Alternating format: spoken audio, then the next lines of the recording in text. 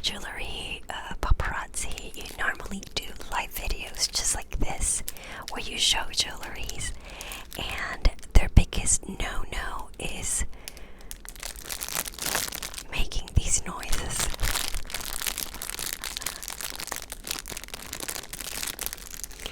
So I thought I'd leave those for you.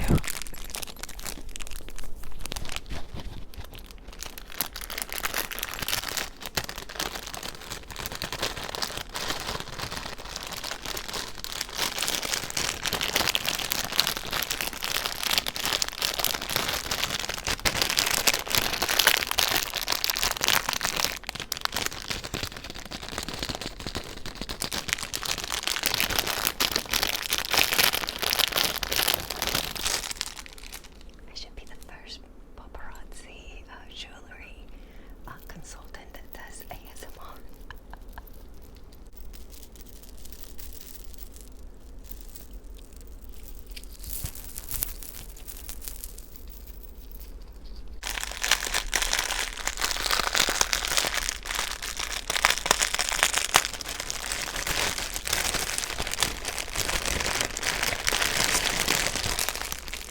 I'll have to do an unboxing one day, because it's just like unboxing the God's glory. It's so excited to see what's in the box.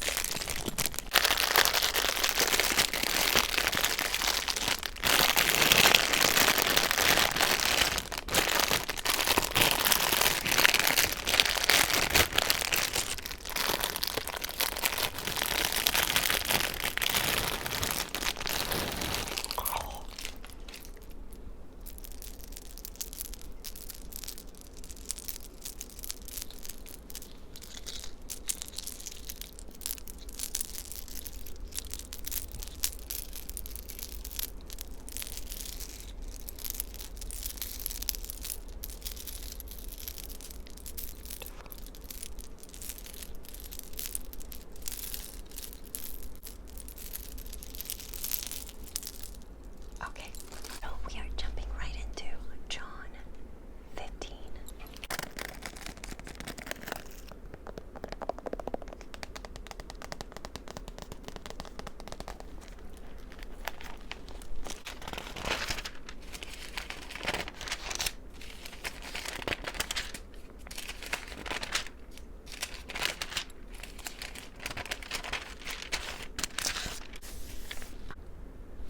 John 15. Jesus is like a vine. I am the true vine. My Father is the gardener. He cuts off every branch of mine that does not produce fruit, and he trims and cleans every branch that produces fruit so that it will produce even more fruit.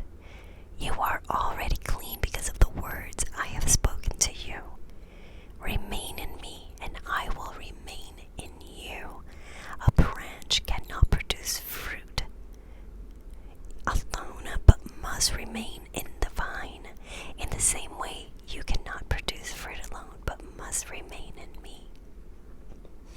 I am the vine, and you are the branches. If any remain in me, and I remain in them, they produce much fruit. But without me, they can do nothing. If any do not remain in me, they are like a branch that is thrown away and then dies.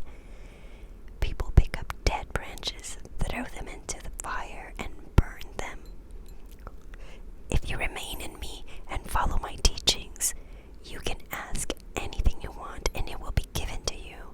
You should produce much fruit and show that you are my followers, which brings glory to my Father.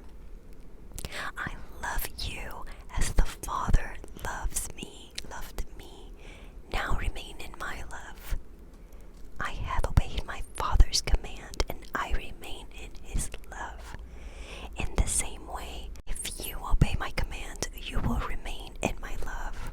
I have told you these things so that you can have the same joy I have, and so that your joy will be the fullest possible joy. This is my command. Love each other as I have loved you. The greatest love a person can show is to die for his friends.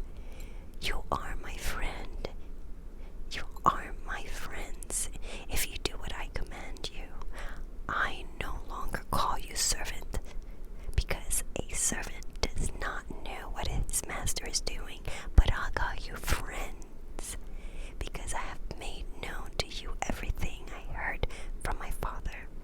You did not choose me. I chose you. And I gave you this work to go and produce fruit that will last. Then the Father will give you anything you ask for in my name. This is my command: love each other. Jesus warned his followers, if the world hates you, remember that it hated me first. If you belong to the world, it would love you as it loves its own. But I have chosen you out of the world, so you don't belong to it. That is why the world hates you. Remember what I told you. A servant is not greater than his master. If people did wrong to me, they will do wrong to you too. And if they obeyed my teachings, they will obey yours too. They will do all this to you on account of me, because they do not know the one who sent me.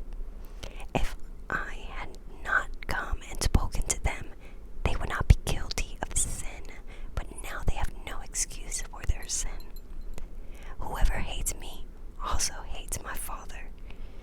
I did works among them that no one else has ever done. If I had not done these works, they would not be guilty of sin. But now they have seen what I have done, and yet they have hated both me and my Father. But this happened so that what is written in their law would be true.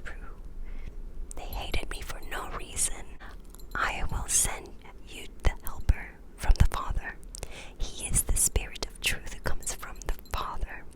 When he comes, he will tell about me, and you also must tell people about me, because you have been with me from the beginning. Life lesson. Situation. The Old Testament referred to Israel as the vine. The Jews in Jesus' day believed that because they belonged to Israel, they were connected to God. But Israel often failed to produce the fruit God looked for. Jesus made a radical statement by claiming to be the vine. Observation. Jesus emphasized that Christians must produce fruit by comparing believers to branches on a grapevine. Jesus explained that we do not produce fruit through our own efforts. We bear fruit only by uniting with Him and letting Him work through us. Inspiration. Christ expected his followers then and now to bear fruit. Notice he did not expect them to produce fruit, just bear it, and not just some fruit, but much fruit. The amount of fruit we bear correlates with how apparent it is to others that we are believers. Our faith is known to others through the good deeds that overflow from our character or the fruit we bear.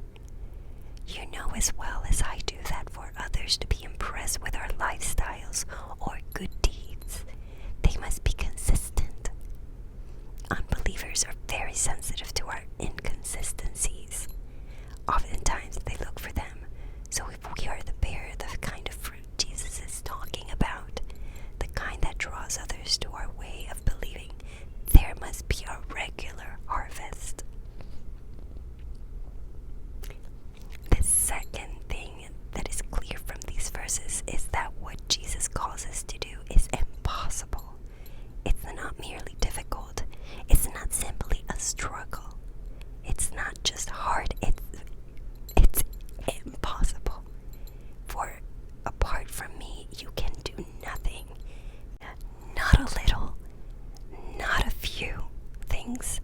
Nothing. This should come as good news.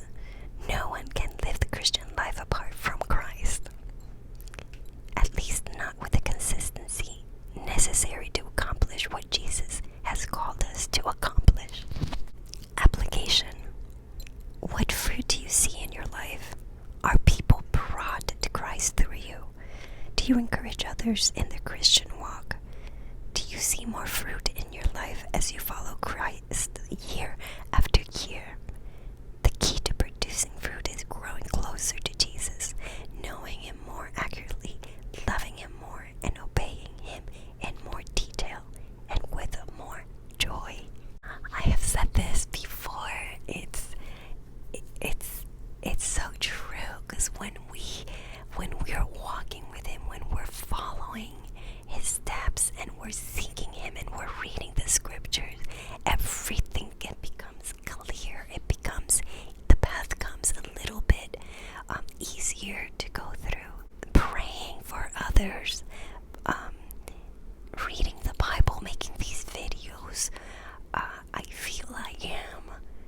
generating fruit.